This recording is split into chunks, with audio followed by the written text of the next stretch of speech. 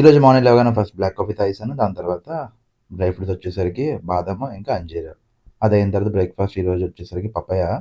Papaya మాత్రం plate నిండా పెడితే మొత్తం తినేసాను. చాలా అంటే చాలా బాగుంది. బాగా ముగ్గింది. అదయిన తర్వాత ఒక 2 పీసులు మాత్రం అవగడ్డ కూడా తినేసాను. దాని తర్వాత బయటికెళ్ళే పని పడింది. రెడీ అయిపోయి ఆర్టీసీ డిపోకైతే వెళ్ళిపోయాను. పని చూసుకొని అక్కడి విశాల్ డైరీకెళ్ళాను.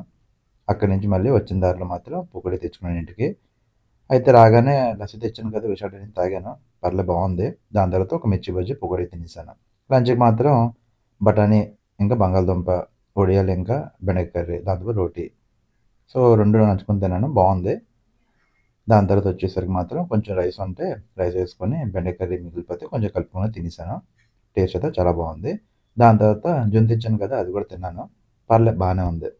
అదయిన తర్వాత పేడ తెచ్చాను కదా! అది కూడా తిన్నాను. బావుంది టేస్ట్ ఈవినింగ్ వచ్చేసరికి మాత్రం కాఫీ తాగేసాను ఒక గ్లాసు. తాగిన తర్వాత వాక్‌కయితే వెళ్ళిపోయాను. 4 రౌండ్స్ చేశాను ఈరోజు.